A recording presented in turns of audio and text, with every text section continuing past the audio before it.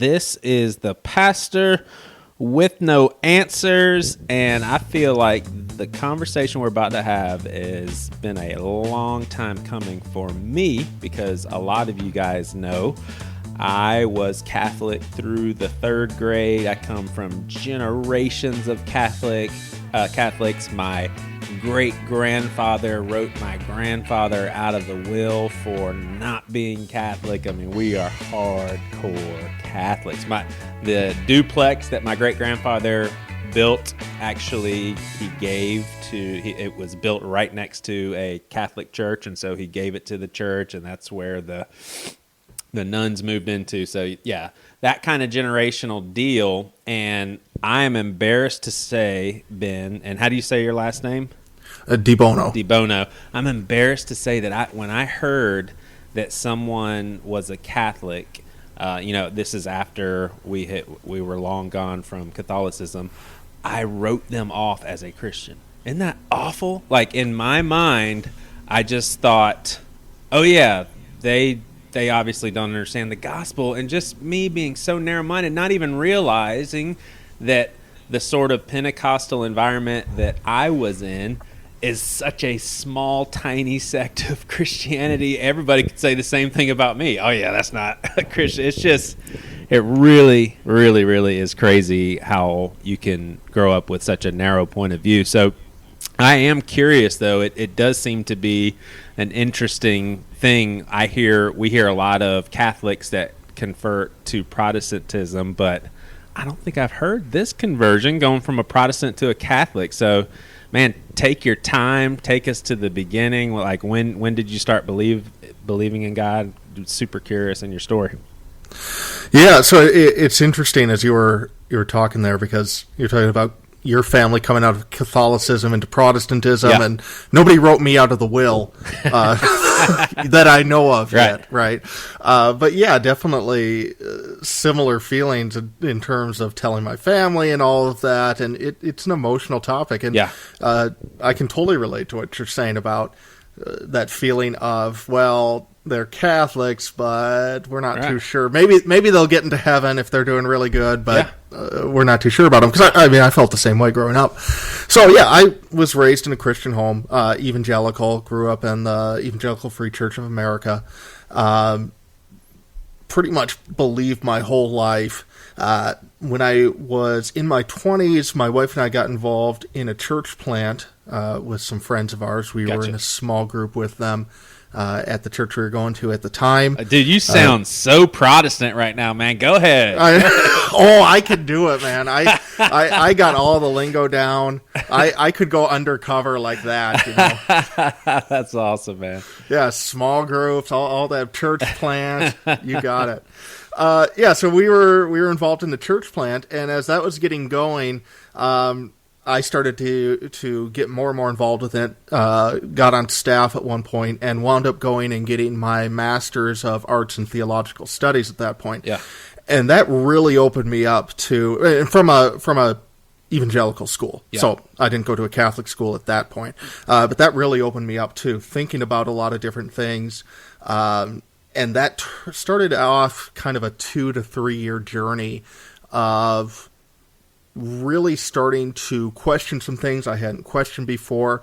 I think there had always been in me, there's an attraction to Catholicism, to the beauty of the cathedrals and the liturgy and all of that. But my attitude is basically, well, all of that's great, but I'm not going to go there because it's not true. And so then as I was exploring in school, again, from an evangelical perspective, but started to consider things like sacraments. Yeah. And growing up evangelical, I didn't even know the difference between a sacrament and an ordinance. And starting to think about things like baptism. And before that experience, the whole concept of baptizing anybody but adults was just completely foreign to my way of thinking. Yeah. Started reading a lot of N.T. Wright at that time. And he's Anglican, so not Catholic himself, but really, again, challenged my thinking on a lot of issues like justification, like salvation, like what it means to look at faith not just as Jesus saved you and you and you and me, but that he saved us as the people of God. started to change my thinking about how I looked at the Bible and the biblical narrative as a narrative of God's interaction with his covenant people, which if you've read any N.T. Wright, that's a lot of his stuff. Let's pause real quick. Where you sure. So go in a little more depth. What did you mean by, instead of seeing God as saving this person, he saved like the people of God? Are we getting into some Calvinism territory or what? No, I don't think I ever, I was, before I went to school, I was fairly adamantly opposed to Calvinism. Yeah. I became more sympathetic to it and understanding of it, as tends to happen when you study different things. But I don't think I ever went down that road so much. I mean, N.T. Wright I wouldn't describe him as Calvinistic at all. More in the sense of looking at the biblical narrative as the ongoing story of God's relationship with a specific people. Okay. And that's fairly obvious in the Old Testament with the Jews, but seeing how that carries forward into the New Testament with the establishment of God's covenant people. And that's N.T. Wright's whole thing, of that when we talk about works of the law, when Paul talks about works of the law in the New Testament, he's really talking about this transition from God's people being ethnically based and demarked by circumcision to being marked out by baptism, by being marked out by barriers other than ethnicity. And obviously that's a much longer argument than I can give in 10 seconds. Oh, yeah, totally. But that's kind of the gist of it. And so that really blew my mind, because as an evangelical, and as a good evangelical, I'd always kind of thought of God saving me as an individual, God saving me, my personal relationship with Jesus, which, by the way, lest anybody think I'm running that down, I'm not. I still, there's so much from my evangelical background that I just completely value, and one of those is the emphasis on the individual relationship to God. Yeah. What changed with me was not any of that. It was recognizing that relationship is couched in a larger relationship between God and his covenant Totally. people. And what's so crazy is we overlook, like I agree with what you're saying. I think that's overly balanced view, like in a good way.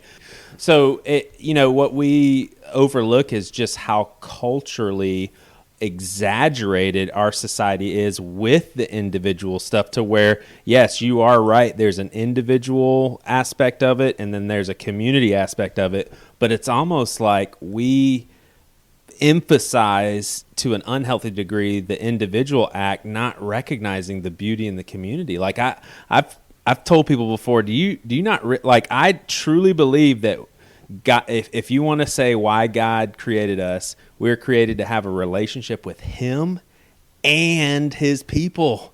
Like that's 50% of what heaven's going to be like. Sure, we see God in his fullness and we get to be with him in a way that we can't even imagine right now, but we're also with humans. Right. How wonderful is that? Yeah, and once you start reading the Bible with that lens on, so much just opens up. Totally. So, like, my favorite example is you have the story of the Tower of Babel in Genesis 11.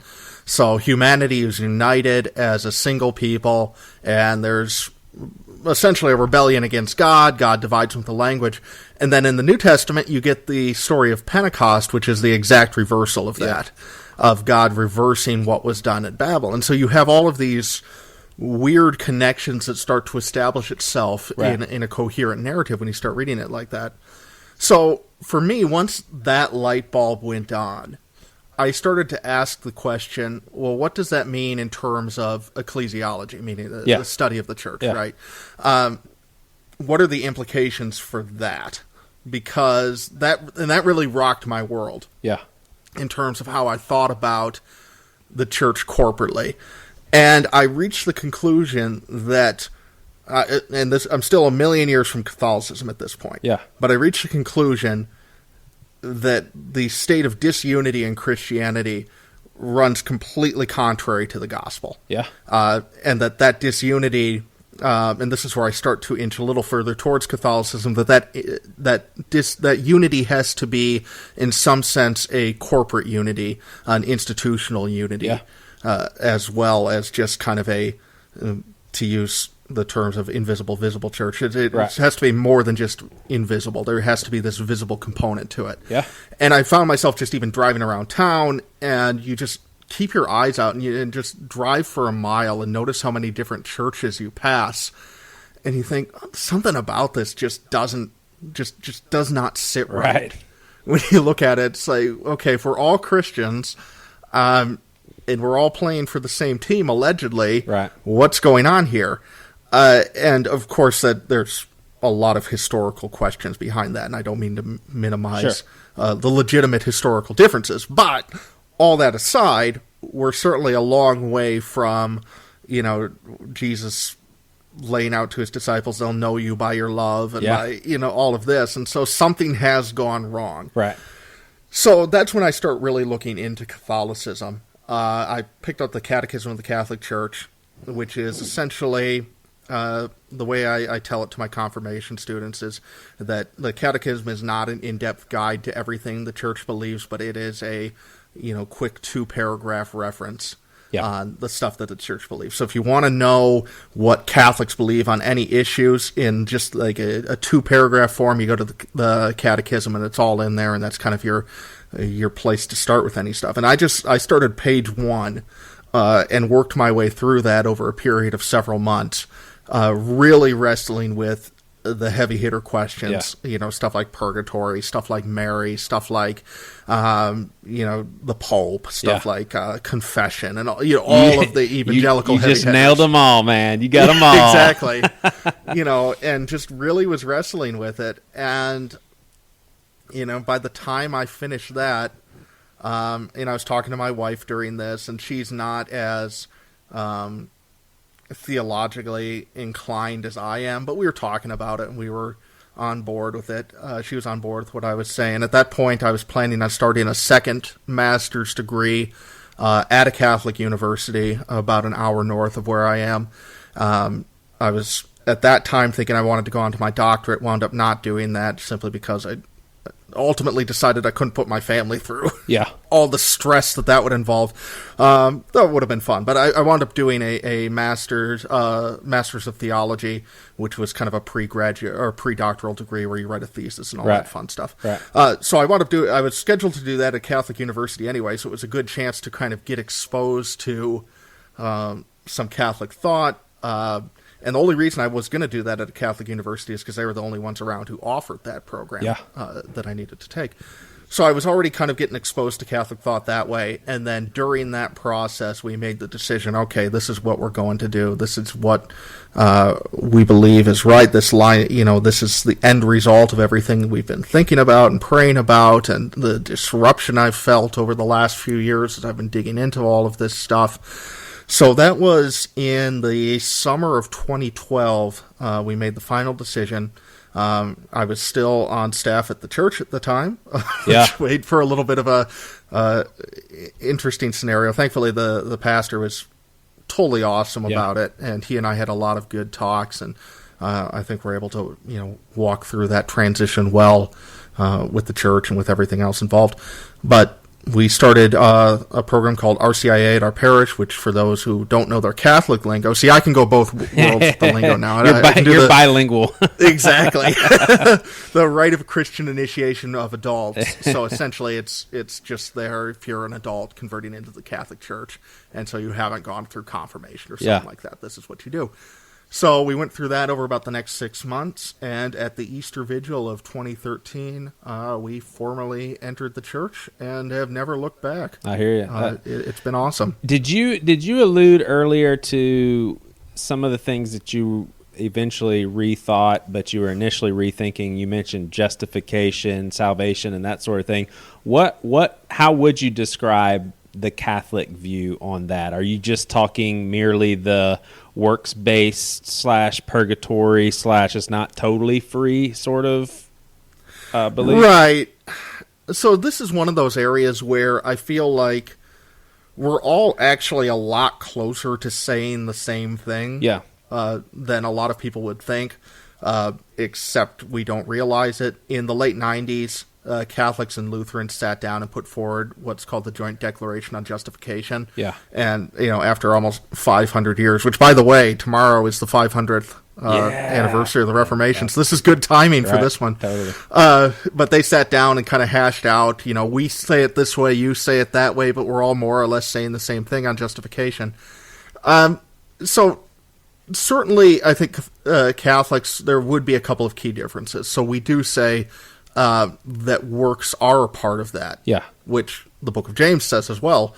But it's really in a sense of that is the fruit of the Holy Spirit growing in you. It's not in the sense of earning your salvation through works. It's as meriting your salvation through the evidence of works in your life. N.T. Wright has gotten in trouble for saying something very similar, and I love his response on it, is that, yes, works are required, but works are in themselves the work of the Holy Spirit inside of you. Yeah. And so it's not this radical departure. Certainly, if somebody was to say to me, I believe that you say the prayer or whatever it happens to be, and you're in no matter what else you do the rest of your life, then that is a difference from what Catholics would believe. Yeah. We don't believe in assurance of salvation. Yeah. Certainly in the Calvinist way.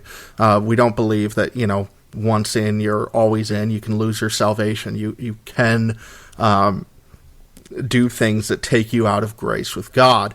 But that said, in the large points, and that grace is a free gift, salvation is a free gift, and that free gift is evidenced by the works that we do, I don't think Catholics are really that far from about 90% of Protestants out there. Yeah, yeah.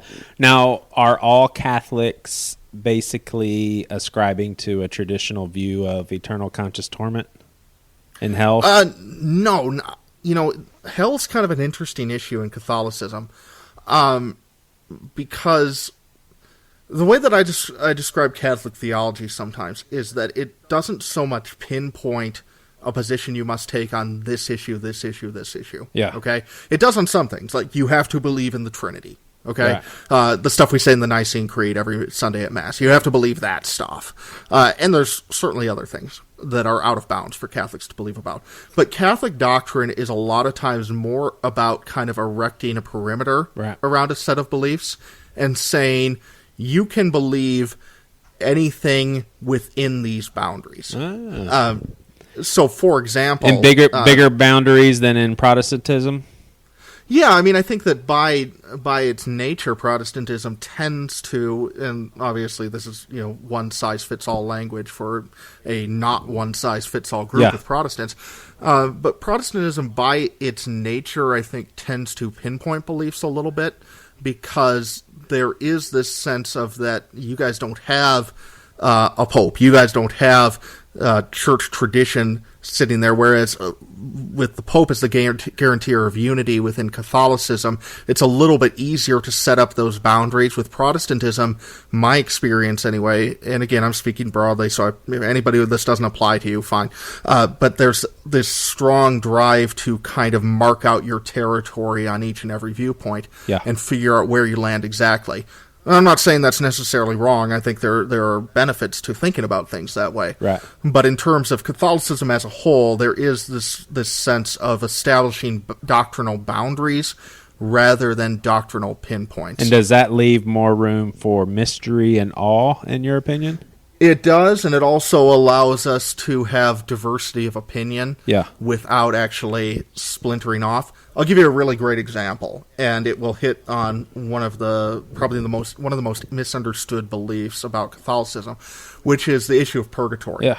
So if you actually look in the Catechism on what it says in purgatory, it was really anticlimactic when I got to that part, because there's a grand total of 2 sentences, and it says that those who don't die in God's friendship or don't die in a state of grace, who do die in a state of grace but are still not perfect. Right. So you're saved but you're not perfect, have to be made perfect before they enter heaven. Is essentially the gist of it. Yeah. And that's it. Yeah. Like, that's the Catholic doctrine. And number one, I don't know anybody who disagrees with that sentence. Right. Catholic, Protestant, or otherwise.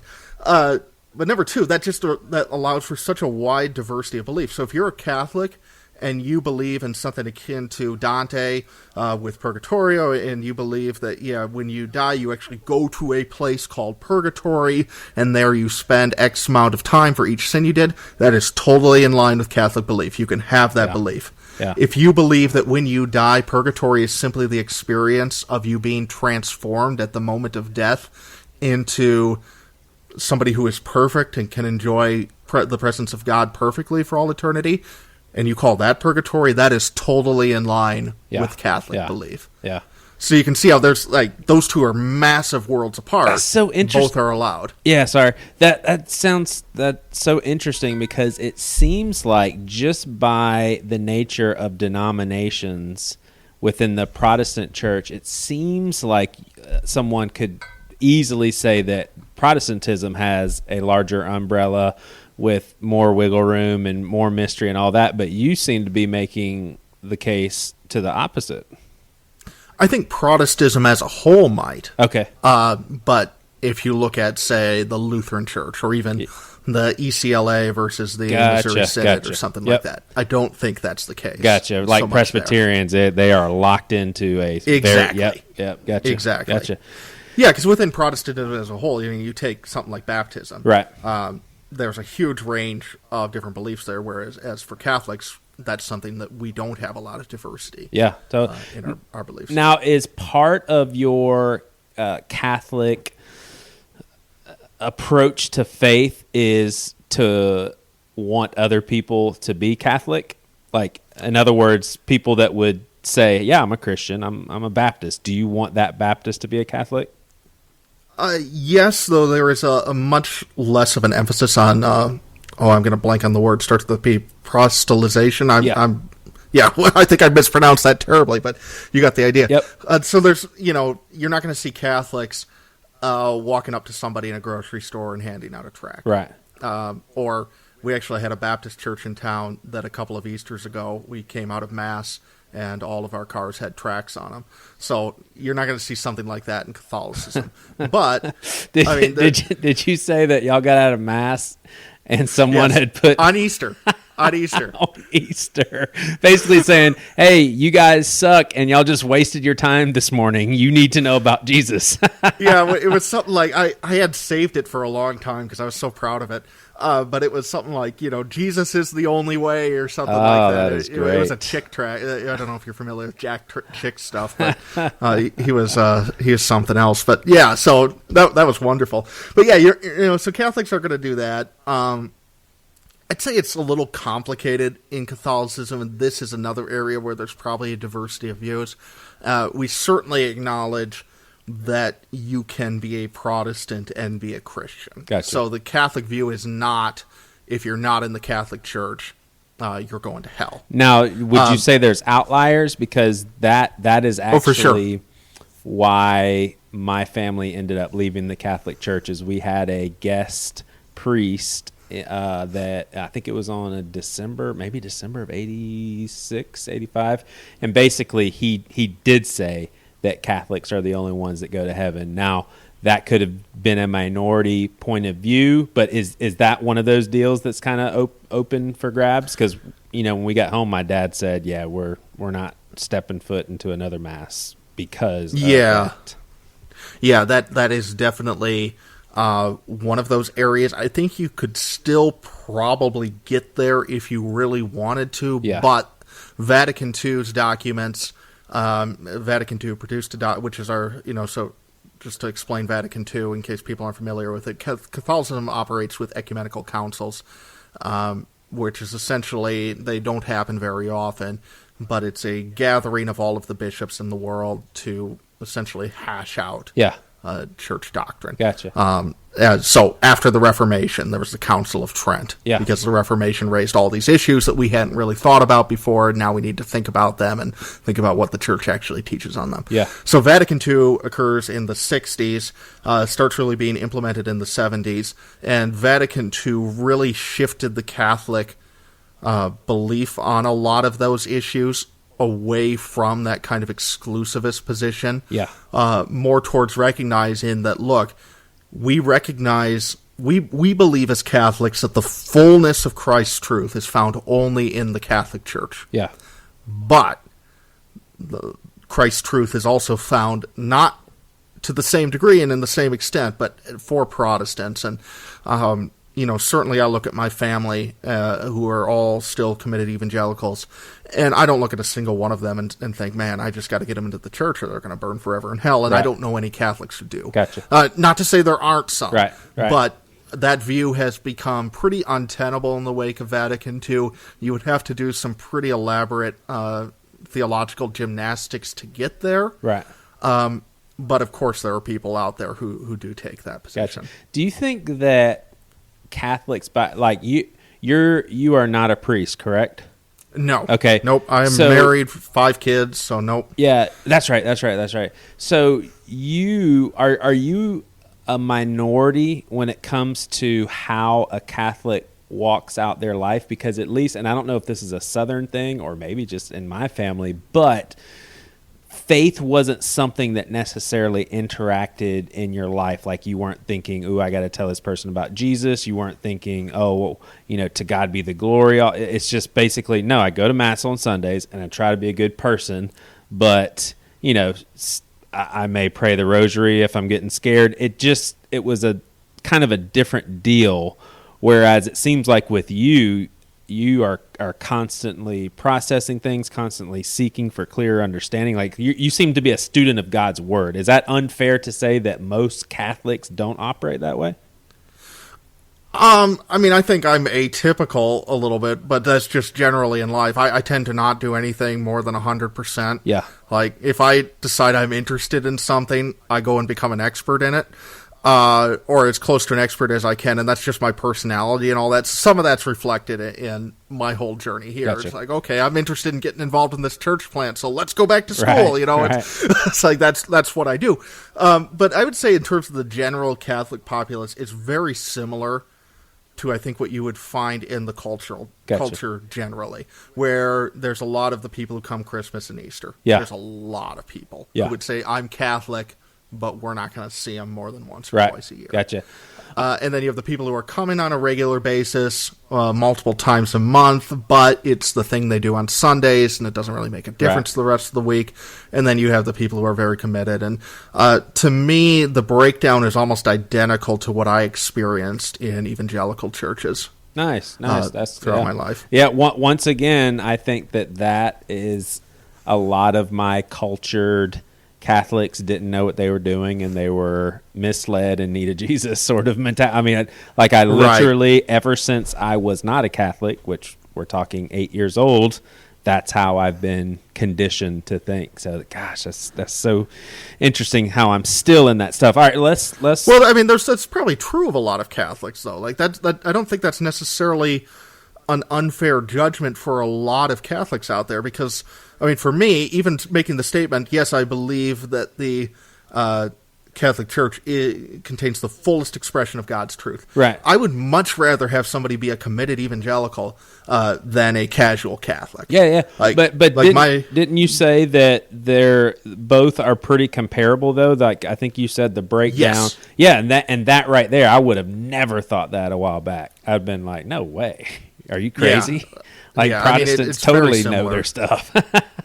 Well, part of where the Protestants know their stuff thing comes from, though, and again, it's not entirely unfair, is that Catholics have, until very recently, not had an emphasis on this kind of individual Bible study and individual devotions and individually reading your Bible. And if you think about that historically, it actually makes a lot of sense. So Protestantism is in many ways a result of literacy, right? You could not have had Protestantism in a pre-literate society. Right. It just wouldn't have worked, at least not in its current form. You can certainly find other sects throughout Christianity that kind of seem to predate Protestantism or anticipate it in some way, but not in the kind of sola scriptura, Martin Luther, John Calvin way. That simply would not have worked in a pre-literate society.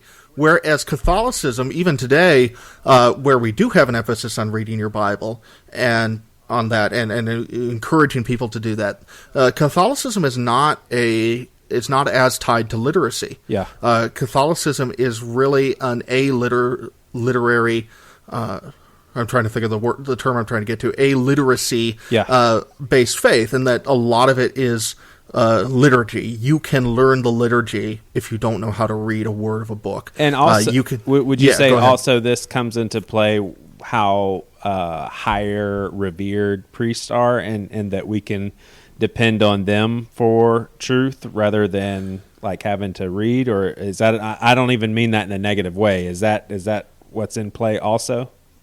Not anymore. I think that's really gone out the window, though you do find remnants of that still in places in Europe, especially my brother-in-law is from Poland. Yeah. So that was his experience growing up Catholic. He's evangelical now, so he's kind of my go-to example of somebody who went from kind of a checked-out Catholic to now he's very committed and leading his family, and I think that's great. Yeah. But yeah, so you'll find places in the world where that might still be the case, but here in the U.S., it's really not a sense of having to revere the priest. But again, historically, you think about that. Like if you became a priest, you were probably one of the few educated people in your area. You knew stuff that nobody else knew. You could read. You could do all this stuff. You weren't spending your life out tilling the fields or whatever European peasants were doing 500 years ago. Yeah. And so that's where some of that comes from. But so Catholicism has, this much more visual, much more experiential emphasis to it. And so because of that, the whole emphasis on the literary elements have really dragged behind. And it's also a factor of that because we are a hierarchical church, interpretation of Scripture is not a private thing. You interpret Scripture along with the church, and that's still very much the teaching. But the second you put a Bible in everybody's hands, you've opened up the floodgates for all sorts of bizarre readings. I mean, you're a pastor. I'm sure you've heard your fair share over the years. And that's not an unfounded concern. Right. Where Catholicism has gotten to is to say, though, that in a sense, well, the cat's out of the bag one way or the other. You have Bibles all over the place. Yeah. But in the other sense, it's just we've recognized that there is a role for that. And so Catholicism is slowly starting to catch up to Protestantism, and especially evangelicals, in terms of biblical literacy. Yeah. But it's still a long ways behind. It's not part of the historical culture in the way it is with Protestantism. Gotcha. So, all right, Pope talk here. Is the Pope infallible? Well, so here's one of the crazy things that gets confused all of the time. Yes, but only in very, very, very specific circumstances. So the Pope is considered infallible when he, under two conditions. Number one, he speaks ex cathedra, which is essentially it's a formal proclamation. Yeah. Number two, when he is speaking on a matter pertaining to faith and morals. Gotcha. So it's not like he can say Green Bay Packers are the best team in the history of the world, and I'd have to split.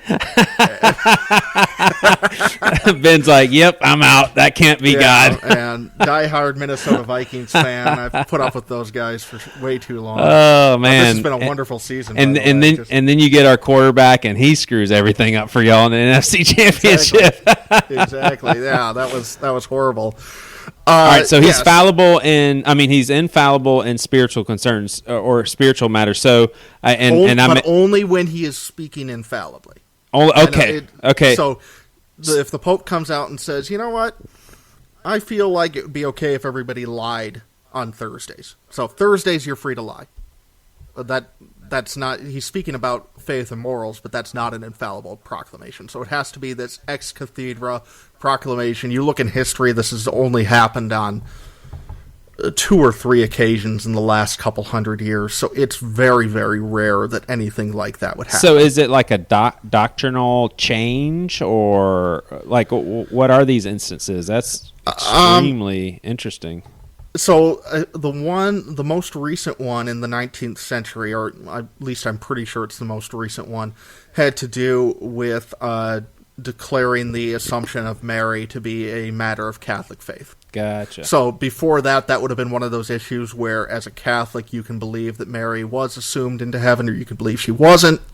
Yeah. When the Pope at the time gave that ex cathedra proclamation, that became a part of Catholic faith and Catholic doctrine officially. But that is something very misunderstood, because I just felt like that meant that everything a pope said, he's right on the money, and I was like, that's crazy talk. Yeah, it's totally crazy. I mean, we've had some horrible popes. Yeah, you go through history, now, it's like, it was bad. So y'all definitely believe that the Pope sins while they're the Pope?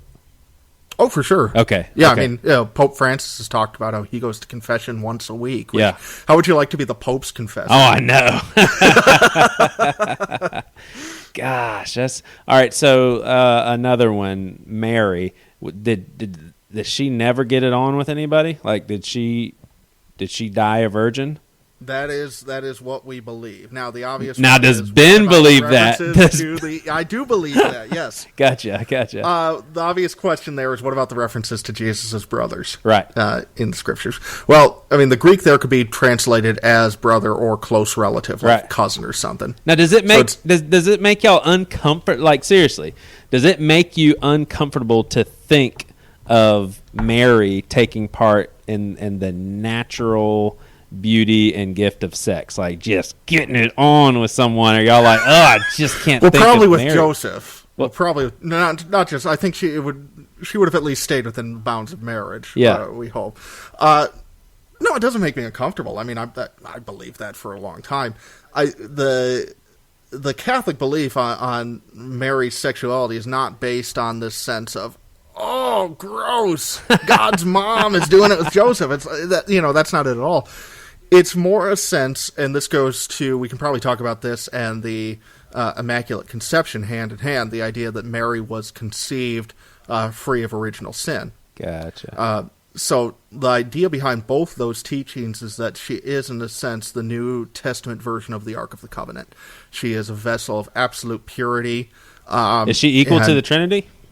No, absolutely not. Okay. Absolutely not. It'd be we pray to Mary, but we pray to Mary in the sense of, if I was to ask you to pray for me about something.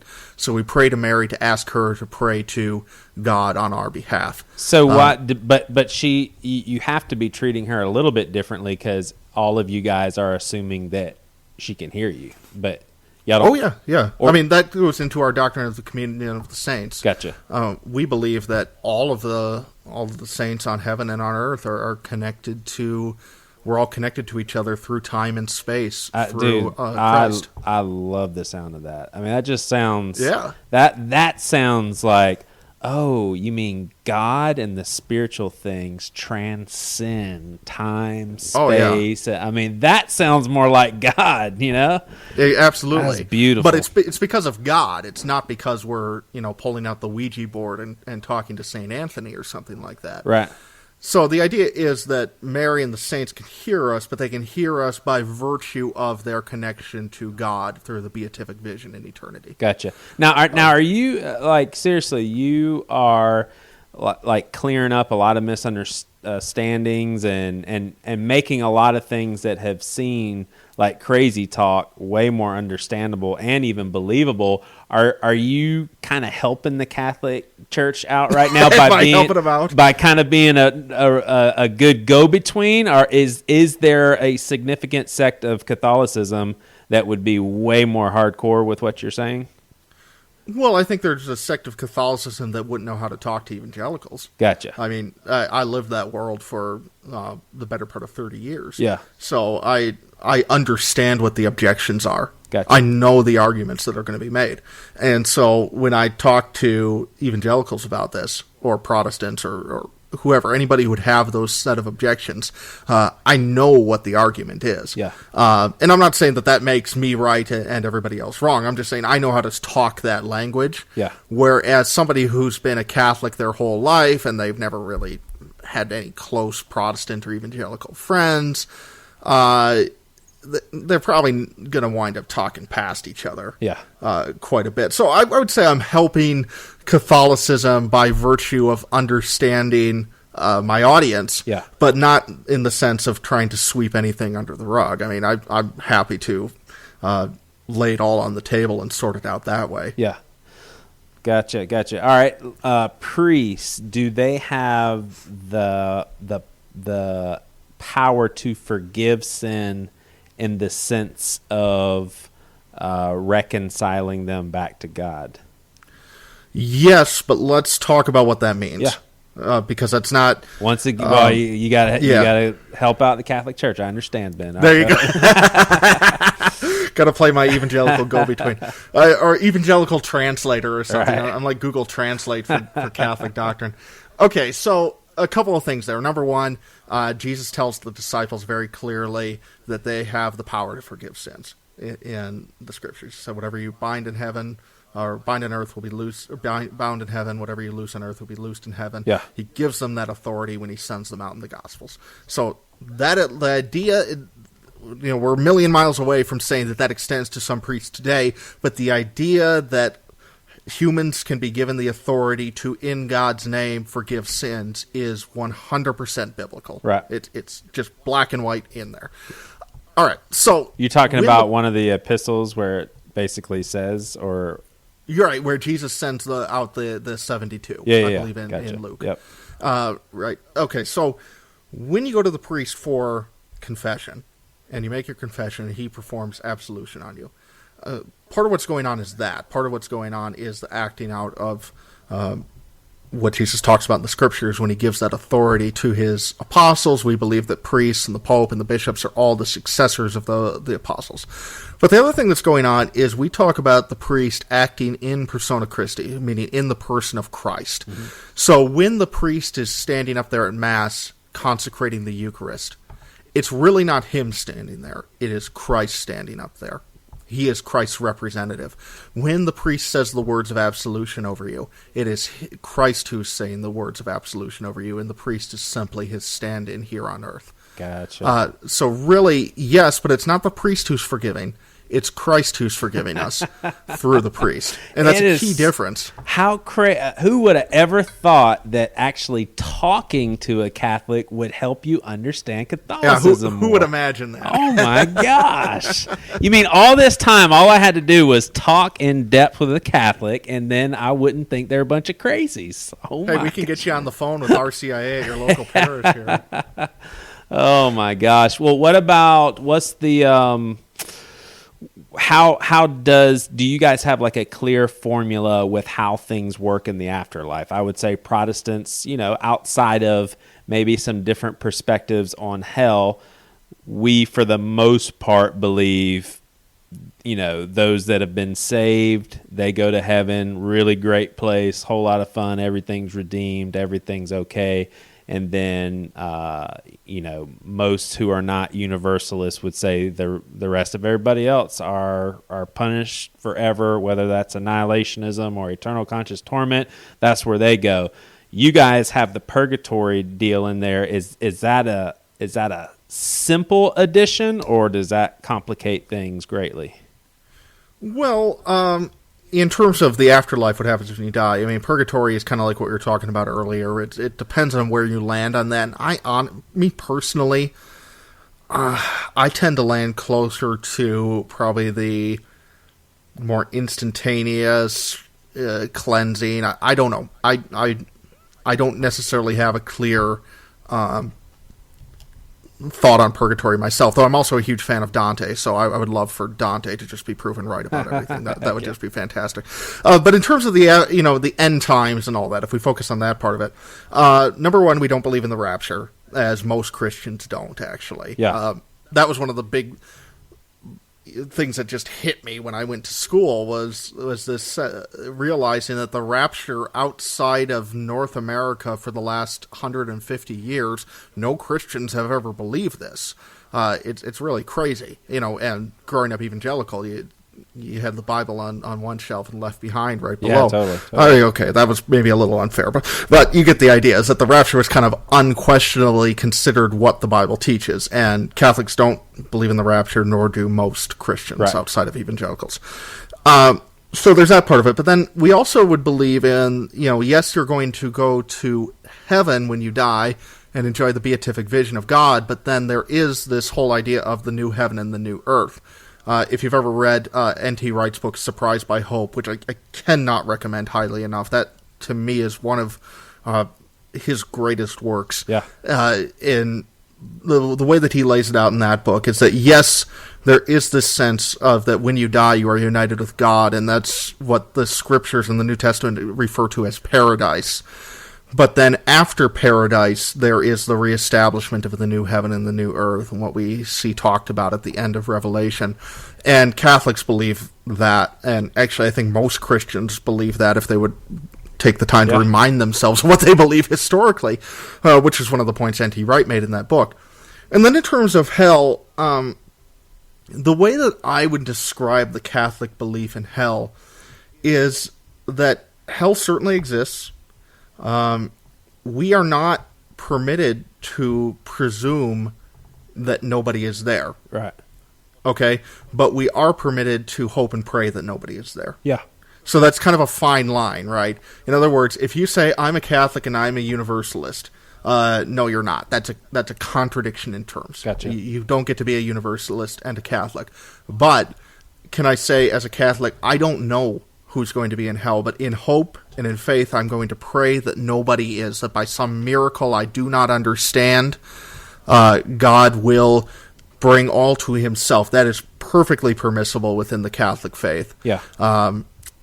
But you'll certainly find people who are, more on that side, which is where I am. Personally, I would describe myself as optimistic, agnostic on the question of universal salvation. But you'll certainly find people who are kind of more in line of the whole conscious torment type of thing. Yeah. I don't know what the church would say about annihilationism, to be honest. Yeah. I don't think that's gotten a lot of play within Catholic circles. So as far as praying for the dead, do you guys have any specific reason or doctrine to do that, or are y'all kind of just like, what the hell, let's give this a whirl? Well, yeah, I mean, we do. We in Maccabees, which is one of the books that Catholics have and Protestants don't, there are references to sacrifices being made for the dead. The way that I look at it, and then there's a couple of New Testament passages that if you look at them with Catholic goggles on, you can see it. If you look at them with Protestant goggles on, you're going to say there's no way that that's actually there. Yeah. So there's a few debatable passages. Certainly, it's not something I would try and definitively prove based on any passages outside of the ones from Maccabees.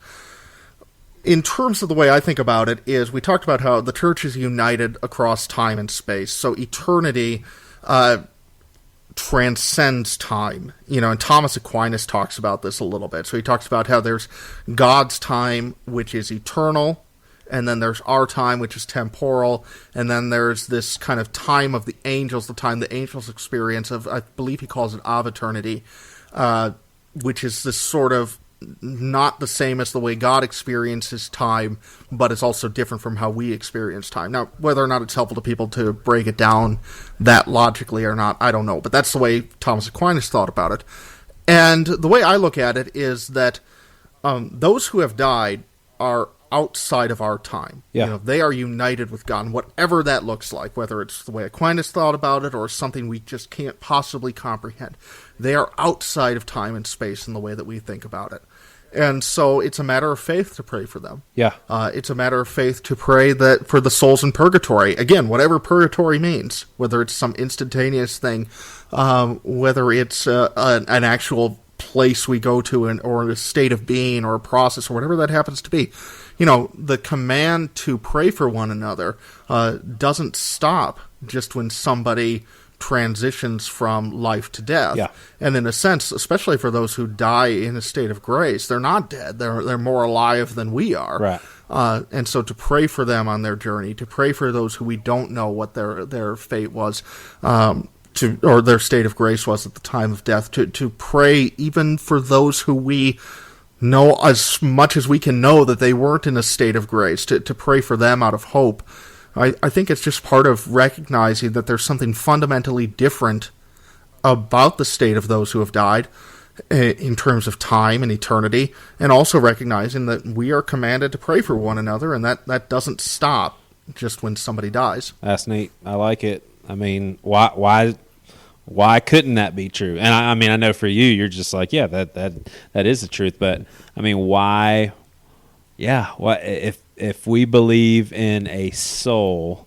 Why would Protestants be so quick to be like, well, he's dead, nothing we can do right now? I mean, I think this is where our black and white just sealed tight doctrine is just so crazy. Like, why is it so, and this isn't, I would imagine you would even disagree with this, and I'm not saying I definitely believe this, but why is it so outlandish to think that someone could possibly die and then stand before the throne, see God in his fullness, and God says, hey, do you want me? Like, do you want the sacrifice that I sent, my son, Jesus?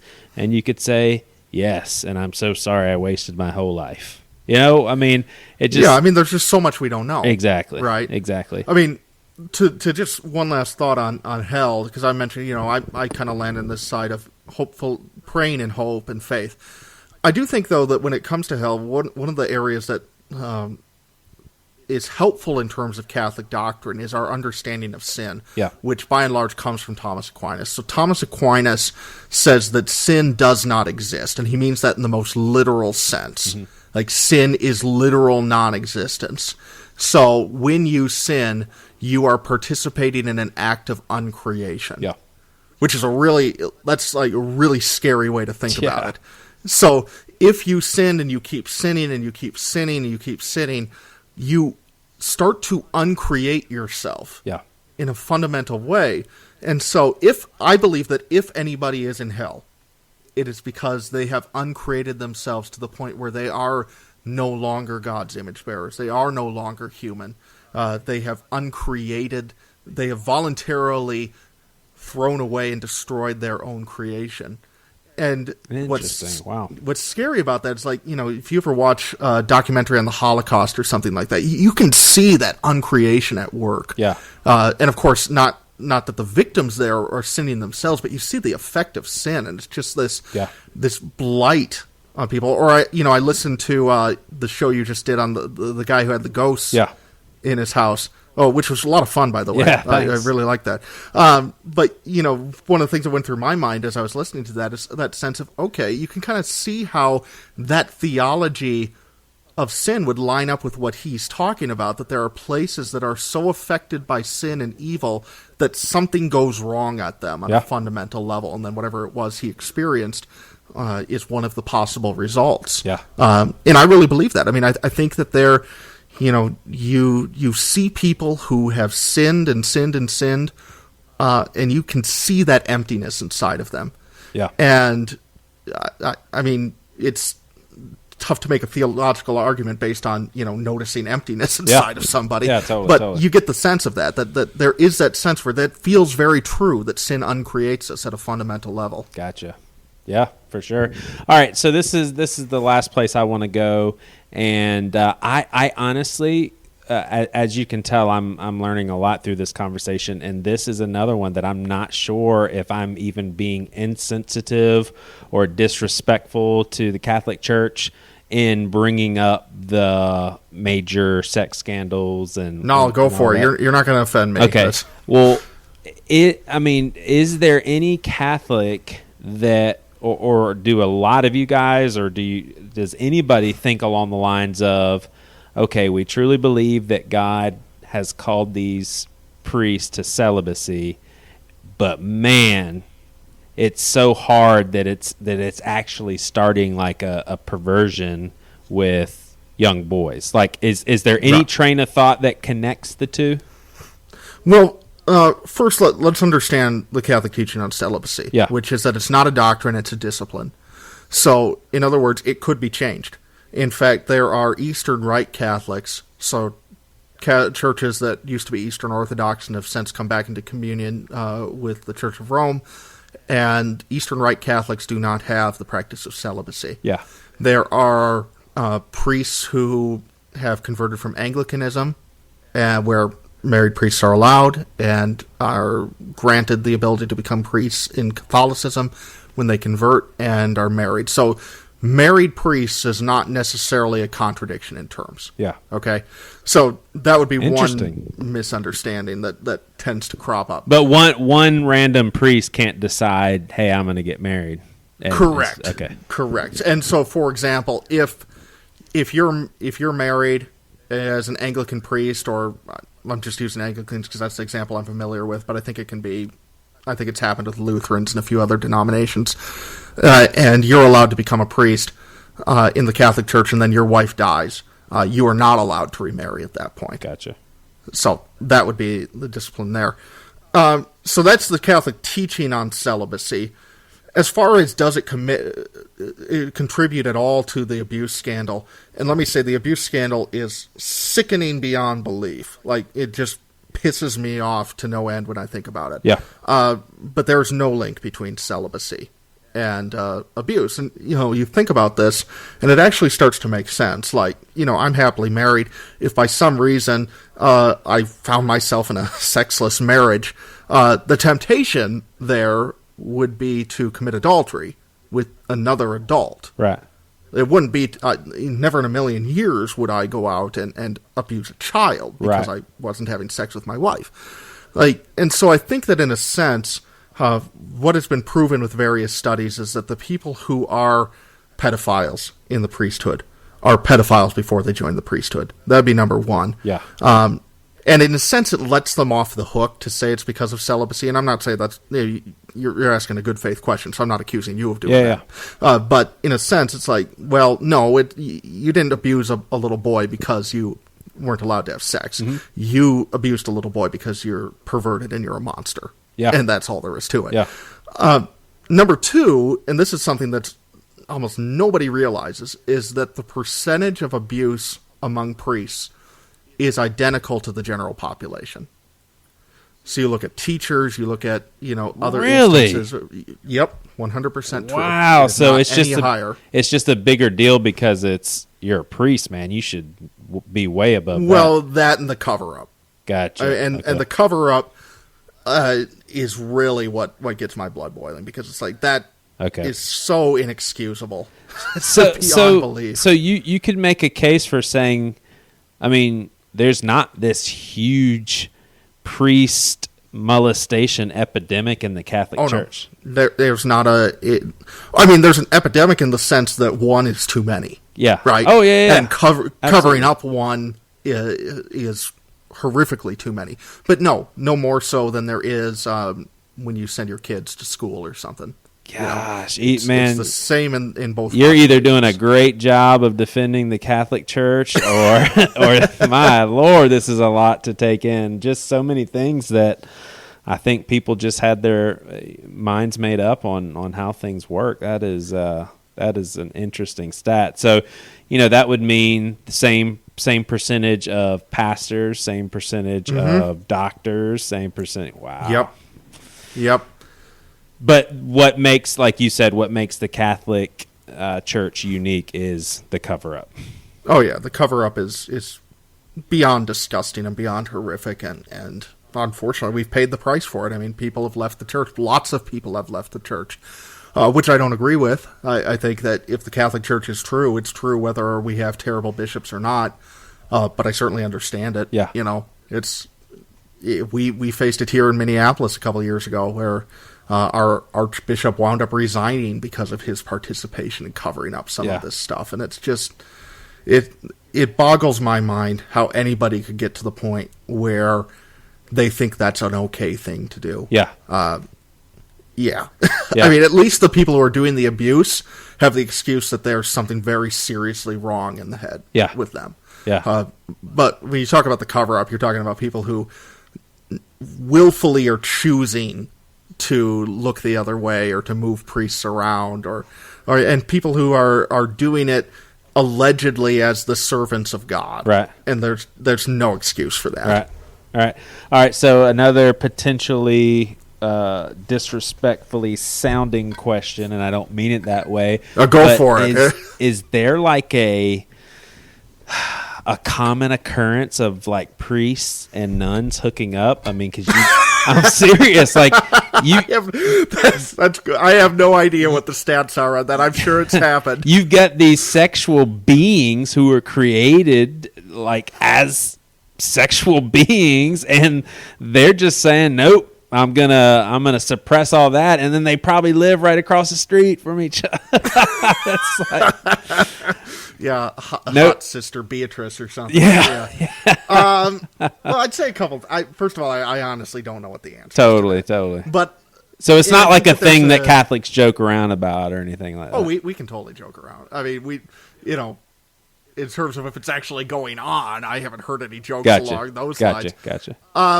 But I think there's an interesting debate to be had about celibacy, and in a sense, I try and be very cautious in terms of my own opinion because I'm not the one having to do it, right? But I also think that part of where that debate is getting tinted a little bit is that we have a culture that just assumes that everybody needs to have sex. Yeah.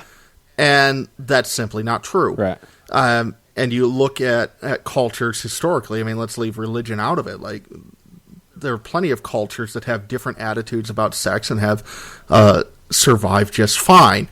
There are reasons to have celibacy. Among them is the idea that the priest is married to the church in a very real sense. That he, again, this whole idea of being in persona Christi, just as the church as a whole is the bride of Christ, so that priest, in a sense, is the bride of that parish, and is also the bride, the bridegroom in a sense in that relationship.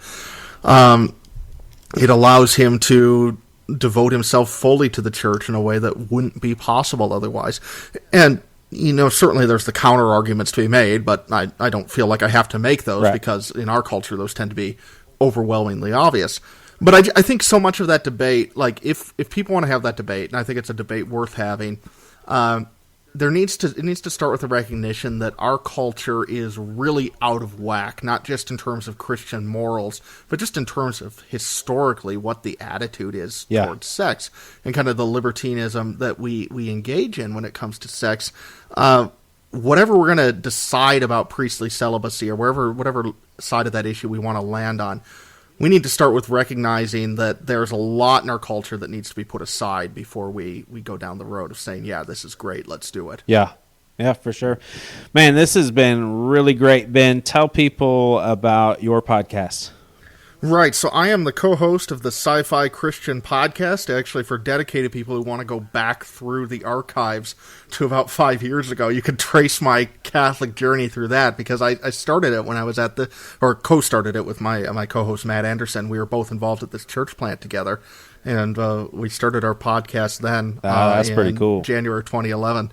And so, he's still an evangelical. We have great conversations about this stuff. You can find us online at thescifichristian.com. But we cover everything from your standard superhero movie reviews and all of that to theology to literature. I mentioned my love of Dante. We did a whole series of episodes on the Divine Comedy a few years ago. We did a series on Paradise Lost. To classic film. I'm a Stanley Kubrick devotee. I love his stuff. I'm still trying to convert Matt on some of that. Yeah. I've shown him 2001 about 10 times, but he's still not quite there with me yet. Someday. So we kind of run the gamut and all of that. And try and have fun episodes. We try to have episodes that are like this, where we're digging into stuff and having conversations. I mean, my position is, in whether I'm doing this show or my show, is I'm not going to convert tons of people, but if I can get people to think about stuff in a new way, I've done my job. Yeah. And that's what I want. Yeah. So, the scifichristian.com, you check us out there for the podcast. You can check us out on YouTube as well. We've got Game of Thrones reviews out there for everybody who is so inclined to follow us along for whenever we get Season 8 in the far distant future at this point. But yeah, we got a lot of good stuff out there. So please check us out, thescifichristian.com. Awesome, man. Well, thanks for joining us. And if you want to say some Hail Marys for me, I'd appreciate it, man.